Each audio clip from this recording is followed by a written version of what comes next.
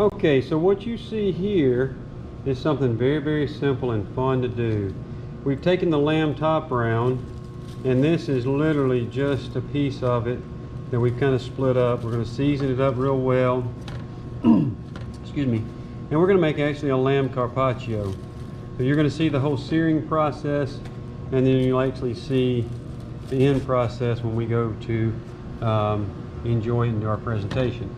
I've got a cast iron skillet here that's not quite as hot as it should be, but you're going to see here in just a second that it will get hot enough to sear off that piece of lamb. And again, I'm using the top round for this because it has more flavor and it's a little bit more tender than some of the other cuts and less expensive than you might see with the rack of lamb. This doesn't take real long on each side. We just want to brown both sides of it really well. Once we get it nice and brown, we're going to put it under refrigeration and get it nice and cold.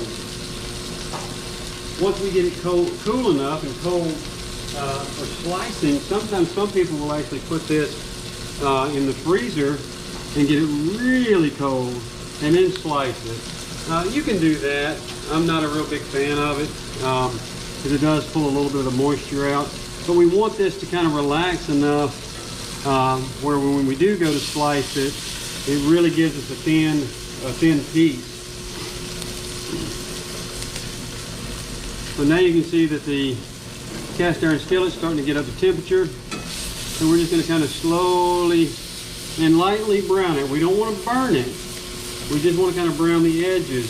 We really want to showcase the true taste of the meat doing it this way. We're able to do this because this is a whole muscle. This isn't something that's already been cut and processed in a processing plant.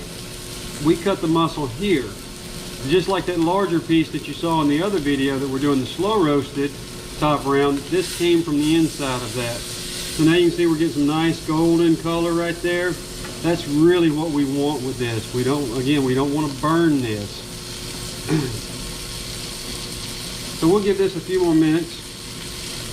And while this is still working, nice and seared off, I'm going to show you what the end product looks like. Okay? So this is your lamb carpaccio. This is absolutely one of my favorite things to do, simply because of the